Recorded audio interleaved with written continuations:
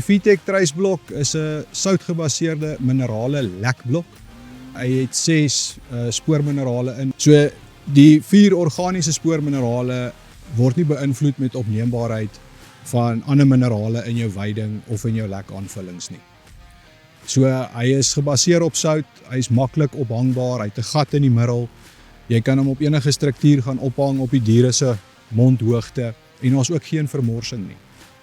Die produk word aangewend, jy kan hom enige plek uitsit op skape, op beeste, op wild, op perde. Hy het geen produkte in wat skadelik gaan wees vir perde en wild nie. So dit gaan oor om die minerale status van diere aan te spreek wat 'n tekort het. Hy gaan dit nie altyd 100% aanspreek nie, maar om elke dag 'n bietjie aan te vul, help die diere veral in hoë produksiestadiums. Dis vir enige dier, enige produksiefase, so op die einde van die dag is dit baie op produktiewe diere wat in melklaktasies is, wat besig is om lammers te voer of kalwers te voer, want hierdie spoorminerale word ook weer oorgedra vir beter melkproduksie en dit word oorgedra in die kalwers of in die lammers in vir verbeterde groei en gesondheid.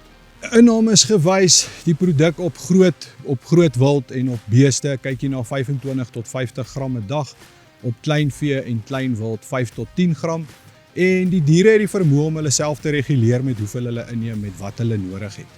So dis die lekker ding van die Traceblok, jy sit hom uit. Partykeer gaan jou diere hom glad nie vat nie, maar jy gaan sien in sekere produksiefases dan begin hulle hom vat soos wat hulle benodig. Dis wat sy voordele is.